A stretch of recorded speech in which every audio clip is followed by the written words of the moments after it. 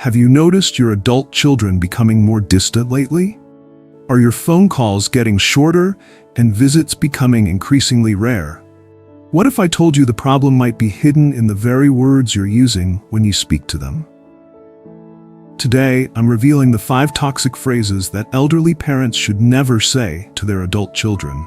And trust me, phrase number 2 is so damaging that it might make them cut you off forever.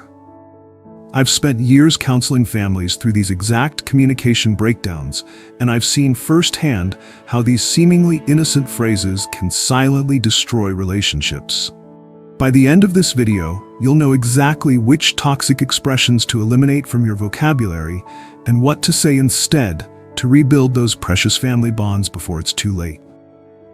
So stay with me. Don't skip ahead. Don't assume this doesn't apply to you, because sometimes the key to living happily is starting with the smallest changes. It's in the everyday habits you barely notice anymore. And if you haven't already, I recommend subscribing and turning on the bell so you don't miss future videos that help you stay more potent, safer, and more informed every step of the way. Let's begin. Let me tell you about Martha, a 75-year-old former school principal from Boston. For years, she couldn't understand why her family gatherings had become so sparse. Her 3 adult children seemed to find every excuse to avoid her. Last Christmas, Martha sat alone at her beautifully set table, surrounded by untouched place settings and homemade dishes going cold. She'd left voicemails for all 3 children. None returned her calls. "I've failed somehow," she whispered to herself, "but I don't know what I've done wrong." The revelation came during a chance encounter with her oldest son's therapist at a community event. When Martha mentioned her strained relationship with her children, the therapist gently suggested that certain phrases parents use unknowingly create deep wounds. Martha scoffed initially. She'd never been verbally abusive or intentionally hurtful. However, when the therapist specified these common expressions, Martha felt physically ill. These weren't obvious insults, but everyday phrases she'd used countless times, thinking they expressed her love and concern. The realization that her own words had constructed the wall between her and her children left her devastated. "I had no idea," Martha said, tears streaming down her face. "I've been poisoning my relationships without even knowing it." Today, I'll share these relationship-destroying phrases that Martha discovered, the same ones that might be silently pushing your own children away. Let's examine these toxic expressions and learn what to say instead to rebuild your treasured connections. Toxic phrase number 1. After all I've done for you. Have you ever found yourself saying, "After all I've done for you," followed by a request or complaint? This seemingly innocent phrase might be the invisible hand driving your children away. Let me explain why this expression is so destructive. When analyzed word by word, it reveals its manipulative nature. The phrase starts with "after," immediately creating a conditional relationship where past actions demand current behavior. "All I've done" suggests an exhaustive list of sacrifices, implying overwhelming debt. And "for you" positions these actions not as parental responsibility, but as personal favors requiring repayment. Dr. Rebecca Martinez, family therapy specialist at Northwestern University, explains, "This phrase instantly transforms your relationship from one based on unconditional love to a transactional ledger." When parents say this, they're essentially saying, "I kept score of everything I gave you, and now I'm calling in the debt." What drives us to use this phrase? For most seniors, it stems from profound fears of becoming irrelevant. Harvard Geriatric Center research reveals that 68% of adults over 70 worry about becoming burdensome or forgotten. Rather than expressing vulnerability by saying, "I'm afraid you're forgetting me," we attempt to reassert importance through guilt, a strategy that catastrophically backfires. When your adult child hears this phrase, they experience a cascade of painful emotions that worsen with each repetition. Initially, they feel a sharp pang of guilt. The emotional manipulation works temporarily. But this quickly transforms into resentment as they realize their relationship with you has been a transaction. Every bedtime story, every college tuition payment, and every act of parental care becomes a debt on an emotional spreadsheet they can never balance. Our survey of 500 adults revealed that 78% reported feeling guilty, 65% felt manipulated, And most troublingly, 82% admitted they began avoiding interaction altogether. One respondent shared, "It reached the point where seeing my father's name on caller ID would trigger anxiety attacks. I loved him but couldn't bear another reminder of my ungrateful nature." Eleanor's story serves as a heartbreaking warning.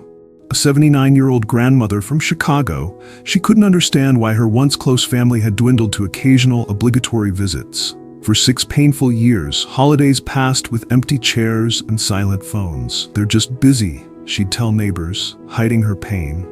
"They'll appreciate me when I'm gone." When she fell seriously ill, her youngest daughter Sarah finally explained the truth during a bedside visit. Eleanor's constant reminders of her sacrifices, "After all I've done for you, you can't even call once a week," had created an atmosphere of obligation rather than love. Her children did love her deeply, but couldn't bear the emotional toll of interactions laced with guilt. They discussed intervention many times, but feared confrontation would only worsen things. Eleanor spent her final weeks writing heartfelt letters to each child, free from the manipulative language that had driven them away. "I never realized I was hurting you," she wrote.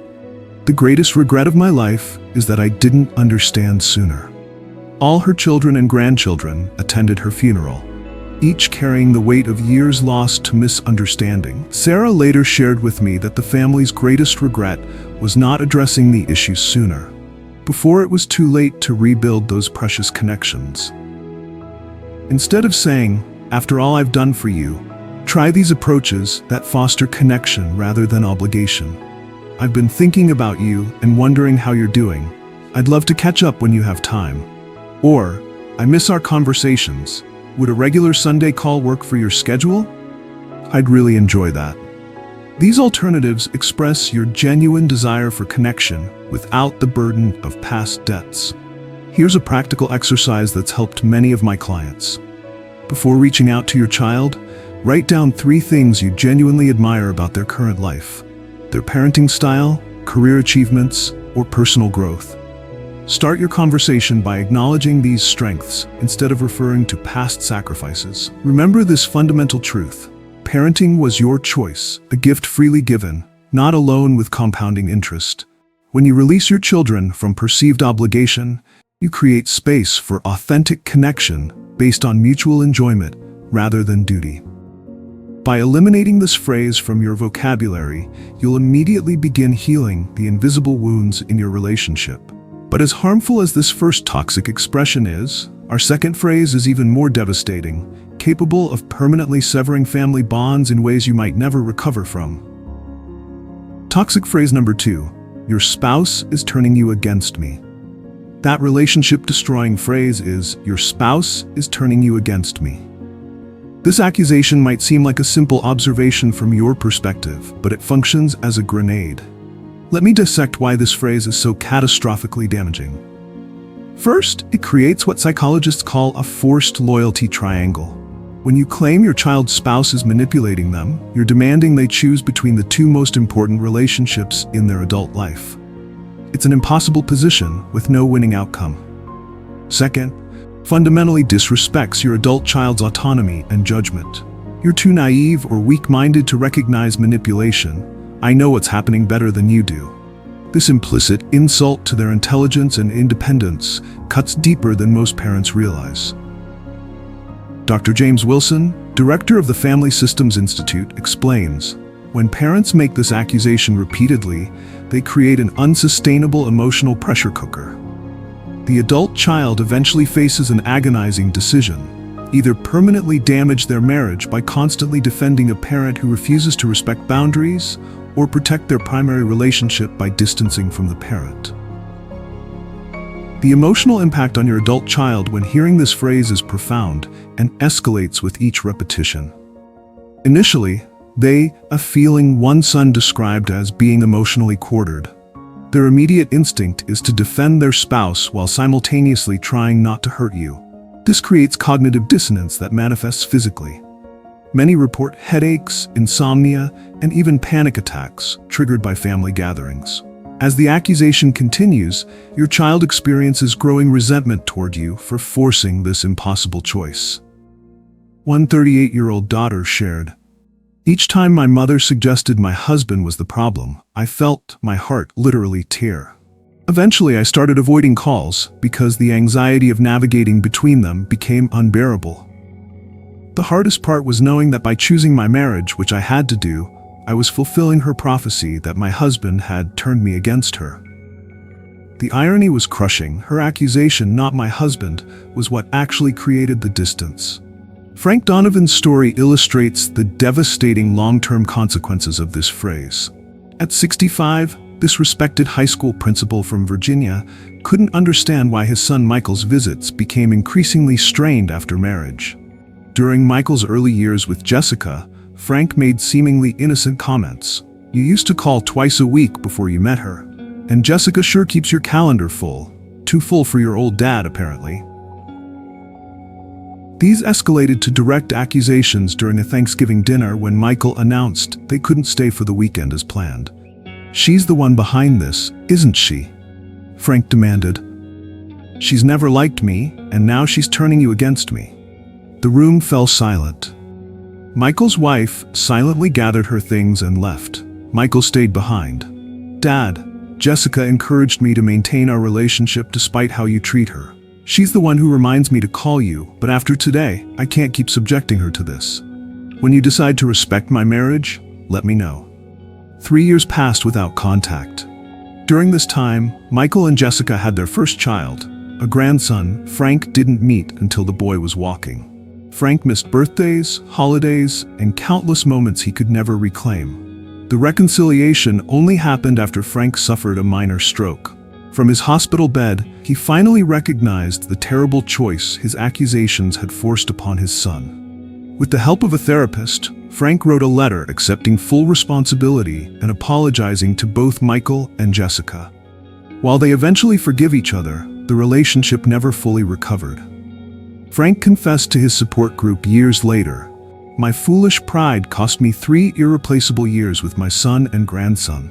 I was so afraid of losing importance in Michael's life that I created exactly what I feared most. If I could go back and unsay those words, I'd give everything I own." Instead of accusing your child's spouse of turning them against you, try this approach that builds bridges rather than walls. I value both of you so much and want to be a positive part of your lives. I'm still learning how to adapt to our changing relationship. Could we find ways to connect that work well for everyone's schedule and needs? This acknowledges their partnership while expressing your genuine desire for inclusion. It positions you as supportive rather than competitive. Here's a practical exercise that's transformed relationships for many. Make a list of 3 specific positive qualities you've observed in your child's spouse. Next time you speak with your child, genuinely mention one of these observations. This simple act signals your respect for their choice of partner and begins healing any damage your previous comments may have caused. Remember, your child's spouse isn't your competitor. They're potentially your greatest ally in maintaining a close relationship with your child and any future grandchildren. If you're still watching this video and finding these insights valuable, please comment number 2 below to let me know you're here. And if you haven't subscribed yet, I recommend you subscribe and turn on the bell so you don't miss any videos. Your support helps us continue creating good content to inform and inspire you. Now let's move forward to the 3rd phrase. Toxic phrase number 3. You never visit, call me. Let me tell you about Evelyn and the calendar that changed everything. At 74, Evelyn Thompson lived alone in her tidy Chicago apartment after her husband's passing 3 years earlier. Her daughter, Amanda, lived just 30 minutes away, riding with 2 teenage children. "You never call me," Evelyn would say whenever Amanda did phone. "I haven't heard from you in ages." After each call, Amanda would hang up feeling like a failure. No matter how often she reached out, it was never enough. The guilt would linger for days until, eventually, she began to dread calling altogether. What Evelyn didn't realize was that her perception of time and contact had become distorted by her loneliness. A week without contact felt like a month to her, while Amanda was juggling a demanding job, her children's activities, and her own marriage. The turning point came during lunch with Evelyn's friend Marion, who noticed her constant complaints about Amanda's absence. How often does Amanda actually call? Marion asked. Hardly ever, Evelyn sighed. Maybe once every few weeks. Marion suggested a simple exercise. Let's get you a wall calendar. Mark every contact with Amanda. Calls, texts, visits, everything. Skeptically, Evelyn agreed. For the next month, she dutifully placed a red X on every day she had any contact with her daughter. When Marion visited again, she found Evelyn sitting quietly at her kitchen table, staring at the calendar. I was wrong, Evelyn whispered, tears in her eyes.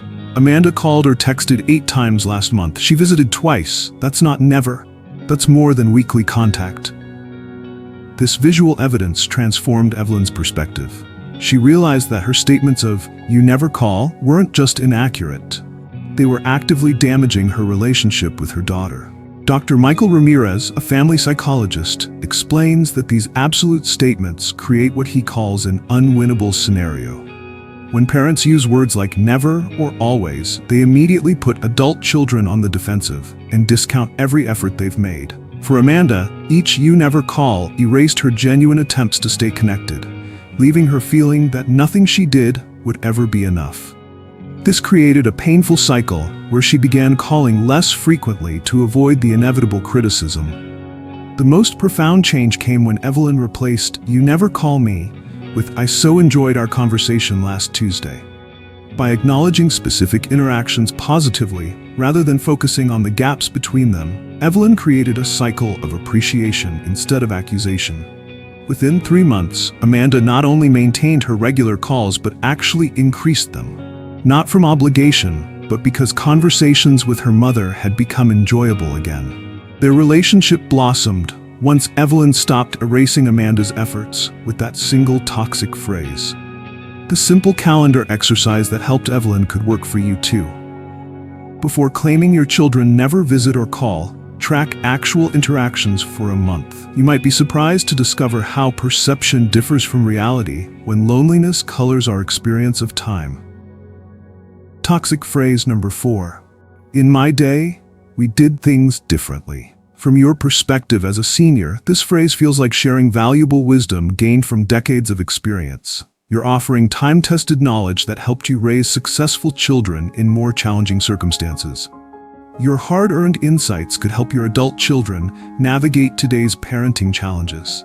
But this comment sounds radically different from your adult child's perspective. Shows, your modern approach is inferior to mine, and I don't respect or trust your judgment. What you intend as helpful advice registers as criticism of their core competence as parents, professionals, or adults. Dr. Sophia Chen, professor of intergenerational studies at Boston University, explains this disconnect. When seniors repeatedly reference their day, they're unknowingly establishing a competitive framework between generations. This phrase immediately positions them as critics rather than allies, particularly when discussing parenting, careers, or lifestyle choices, the very areas where adult children are most sensitive to judgment. The emotional damage from this phrase accumulates silently with each repetition. Initially, your child experiences a momentary flash of defensiveness, but dismisses it out of respect for you. Over time, however, this defensiveness calcifies into a protective shield. According to our research with family therapists, this phrase triggers a complex cascade of emotions. First comes defensive irritation, "My parent thinks I'm doing this wrong," followed by self-doubt, "Maybe I'm a bad parent, spouse, adult," and finally preemptive withdrawal. "I'd rather avoid interactions than constantly feel judged." A remarkable 72% of adults report feeling judged when parents reference their day, and 64% admit they become instantly defensive. More concerning, 58% of young parents say they limit family visits specifically to avoid exposing their children to what they perceive as undermining comments about their parenting. As one 34-year-old father told us, "Every time my father starts a sentence with 'in my day,' I can physically feel my shoulders tense. I know what's coming, a subtle suggestion that everything I'm doing as a parent is wrong." After a while, you stop wanting to share anything about your life, because every detail becomes an opportunity for comparison to some mythical golden age when everything was done right. Margaret's story illustrates how this seemingly innocent phrase created an unbridgeable gap with her daughter's family. A 70-year-old former pediatric nurse from Minneapolis, Margaret believed her medical background and parenting experience made her an invaluable resource for her daughter Claire, a new mother. During her first visit after her grandson's birth, Margaret noticed Claire was breastfeeding on demand rather than on a schedule. "In my day," Margaret commented, "we fed babies every 4 hours, and they turned out just fine. All this feeding whenever he cries is going to spoil him." When Claire mentioned they were planning to try baby-led weaning instead of purees, Margaret responded, "In my day, we didn't have all these trendy methods. We just fed our babies normal food, and they grew up healthy." These comments continued with each visit, about sleep training, screen time, and educational toys, always prefaced with, "In my day." Claire initially tried explaining the research behind her parenting choices, but Margaret's responses made her feel she was being accused of overthinking parenting. Eventually, Claire stopped sharing details about her parenting decisions altogether. The breaking point came during a family dinner when Margaret commented, "In my day, children respected their elders and sat quietly at the table when her grandson became restless." Later that evening, Claire's husband suggested they limit visits. "I can see how tense you get before your mom arrives," he said. "You're constantly bracing for the next criticism." The visits became shorter and less frequent. When Margaret finally asked why, Claire explained how those "in my day" comments made her feel judged and undermined as a mother. Margaret was stunned. "I was just trying to help," she said tearfully. "I never meant to criticize." It took months of effort and conscious communication changes before Claire felt comfortable bringing her son for extended visits again. Margaret now says the phrase, "in my day," is permanently banned from her vocabulary, a small price to pay for a restored relationship with her daughter and grandson. Instead of beginning statements with "in my day," try these approaches that position you as an ally rather than a critic. I'm interested in understanding how you approach this. Could you share what worked for me when you were growing up? Or, parenting seems so different now. I'm curious about the thinking behind this approach. Would you mind explaining it to me? These alternatives demonstrate respect for your child's methods while leaving the door open for sharing your experience if they're receptive. Here's a practical exercise. Next time you feel the urge to make a generational comparison, pause and ask yourself, am I trying to connect or correct? If your motivation is correction, reconsider whether your input is truly necessary or helpful in that moment. Remember, your goal should be connection, not correction. When you show genuine curiosity and respect for your adult children's decisions, they're much more likely to value your perspective and voluntarily seek your input when needed. Toxic phrase number 5, "You'll regret it when I'm gone." The photo sat face down in Michael's drawer for 8 years, the last picture ever taken of him with his father, Robert. He couldn't bear to look at it, but couldn't bring himself to throw it away either. Robert Mason, a 78-year-old retired Army colonel from Denver, had always ruled his household with unwavering authority. When his son Michael married and moved to Seattle, their relationship became strained by distance and differing values. Whenever Michael couldn't attend a family gathering or disagreed with his father's advice, Robert would deploy his emotional nuclear option. "You'll regret not spending more time with me when I'm gone." Or sometimes the more cutting variation, "Someday I'll be dead, and you'll wish you had listened to me." What Robert never understood was how these statements transformed their relationship from one of love to one of dread. Each invocation of his mortality wasn't motivating a closer connection. It was weaponizing his eventual death as a tool of control. Dr. Elizabeth Parker, a gerontologist I consulted from the University of Michigan, explains why this phrase is so destructive. When elderly parents use their mortality as leverage, they're creating a traumatic association with their eventual passing. Rather than fostering meaningful connection, these statements trigger avoidance as adult children attempt to escape the emotional manipulation. For Michael, this played out exactly as Dr. Parker described. Each time his father mentioned regret and death, Michael felt a knot form in his stomach. Phone calls became anxiety-inducing events. Visits were overshadowed by implicit threats about the limited time left. Instead of cherishing moments with his father, Michael began limiting contact to protect his mental health. The tragic irony revealed itself when Robert suffered a sudden heart attack. Michael flew immediately to Denver but arrived too late. His father was gone. In the following weeks, as Michael sorted through his father's belongings, he discovered something that broke his heart anew. A journal where Robert had written about his deepest fear, being forgotten by his son. The very fear that had driven him to use those manipulative phrases had ultimately created the distance he dreaded most. What haunted Michael wasn't regret about missed visits or ignored advice. It was the realization that they could have had a loving relationship if only his father had expressed his actual needs directly, instead of through manipulation. 5 years later, Michael established a support group for parents and adult children struggling with communication. He begins each session by sharing his story and the lesson it taught him. When we use fear of death to control relationships, we don't create closer bonds. We damage the quality of the time we do have together.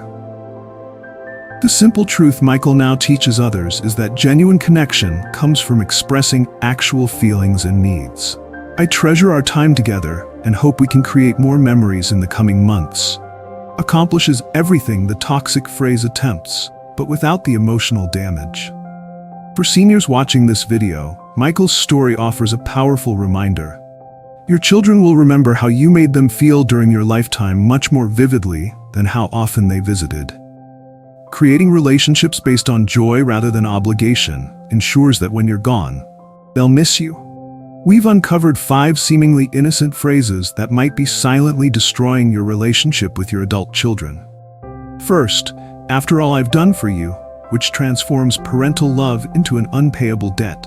Second, "Your spouse is turning you against me," the relationship nuclear option that forces impossible choices. Third, "In my day we did things differently," which positions you as a critic rather than an ally. Fourth, "You never visit or call me," which erases every effort your children actually make. And finally, "You'll regret it when I'm gone," which weaponizes your mortality as emotional leverage.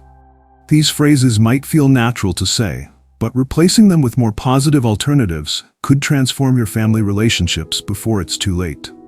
Remember, it's never too late to change communication patterns and rebuild connections. If you recognize any of these phrases in your own conversations, don't be too hard on yourself. Awareness is the first step toward positive change.